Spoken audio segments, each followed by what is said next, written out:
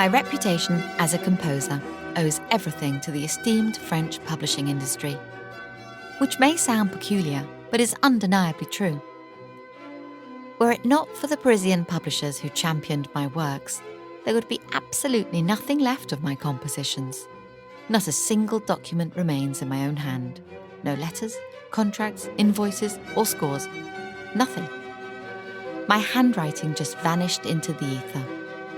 It's only with a stroke of fortune that I managed to secure publications that I did, and I must clarify that I composed far more than what saw the light of day. Those unpublished works have been lost, making my surviving oeuvre indebted to the publishing houses with which I collaborated. In this regard, I consider myself fortunate. As fate would have it, I arrived in Paris precisely when the city's publishing world was in the midst of a revolution. In the 17th century, the Italians, especially the Venetians, held sway. By the early 1700s, the Netherlands, with cities like Amsterdam and The Hague, had assumed the mantle. From the mid-18th century onwards, Paris gradually rose in prominence. Publishing houses, both large and small, sprung up like mushrooms. You may verify it for yourself, but I am convinced that more music was published in Paris during the latter half of the 18th century than in the rest of Europe combined. Notable composers such as Stamitz, Haydn, and Mozart would eventually establish ties with Parisian publishers. The appetite for new music seemed insatiable, and as is often the case in this world, the French capital ascended to the throne. Many of these publishers were exceedingly small, focusing on specific niches.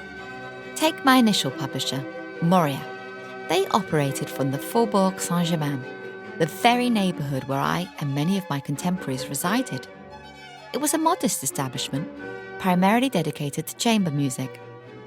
While I took pride in the collection of symphonies that rolled off their presses as Opus 1, it turned out to be a rather hastily and inexpensively executed edition. Regrettably, it contained numerous errors, leading me to reissue the collection through a different company 5 years later. Anyway, for my second collection of symphonies, I collaborated with the esteemed firm of Françoise Béraud, the wife of my colleague, composer Jean-Baptiste Béraud. Her reputation was impeccable, and she disseminated more meticulously crafted editions into the world. Gossec, too, chose to work with her. In 1767, my chamber music work, a trio in C major, found publication under the banner of Jean-Augustin Granger's establishment. I didn't work with him for long.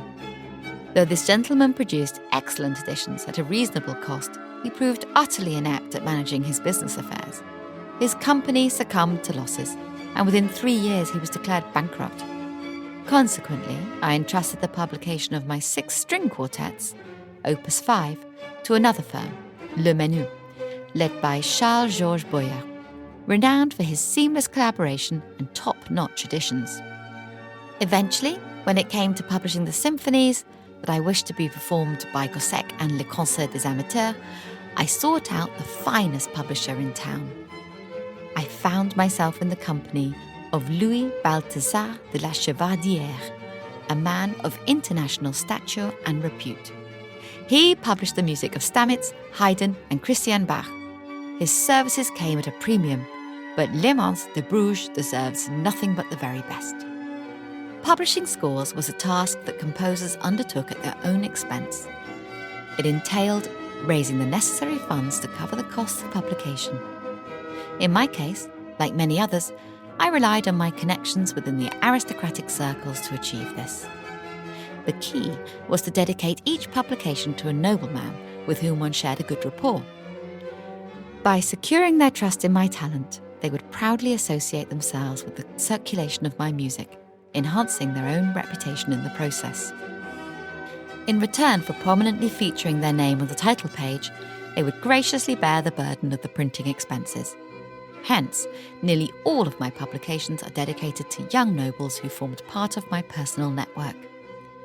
Therefore, my surviving body of work owes its existence not only to the Parisian publishing industry, but also to those aristocrats who were willing to invest in it, because that was what it was to them, an investment.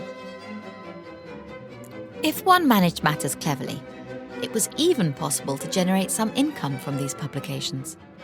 In 1769, for instance, I published 6 quartets as my opus 3. 3 of them were composed for flute, bassoon, violin and cello, while the remaining 3 were intended for oboe, violin, bassoon and cello. Naturally, one could interchange the instruments and even transform the composition into a string quartet with a first violin, second violin, viola and cello. I must confess that these provisions may appear rather peculiar and perhaps even somewhat eccentric. Nevertheless, the adaptability of these instruments was driven by purely commercial considerations. Regardless of the particular instruments played by oneself and one's colleagues, with a bit of rearranging, a suitable lineup could always be achieved. A similar commercial motive can be observed in my 6-string quartets, Opus 5, published in 1771. These comprised arrangements of well-known opera melodies by the celebrated composers André Grétry and Françoise Philidor. The string quartets were ingeniously constructed from the most beloved motifs of their recent operas. It proved a convenient and above all straightforward method of capitalising on the works of others. Oh, don't worry, it was entirely legal, as copyright laws did not exist in those times. Even Mozart and Beethoven incorporated renowned opera melodies by other composers into their chamber music settings. So why would I refrain from doing so? Am I right? The world of Parisian music publishers was undeniably demanding. However, it played an instrumental role in shaping the course of classical music history. The sheer quantity of scores disseminated at affordable prices for an increasingly fashionable society resulted in swiftly changing tastes, compelling composers to constantly reinvent themselves. The music publishing industry contributed to prolonging the lifespan of musical compositions. What was written in Mannheim, Vienna, London or Brussels could be published in Paris a few months later and performed in Madrid or St. Petersburg a few weeks thereafter. The same held true for my own music. Presently, editions of my compositions can be found in libraries across Europe. Prague, Stockholm, Milan, Rome, you name it. How they made their way there? Well, who knows? But one thing is certain. Without them, my music would have certainly been lost. Yes, it is the one who is published and disseminated that leaves a lasting legacy. And that includes my good old self, Hébert Leemans.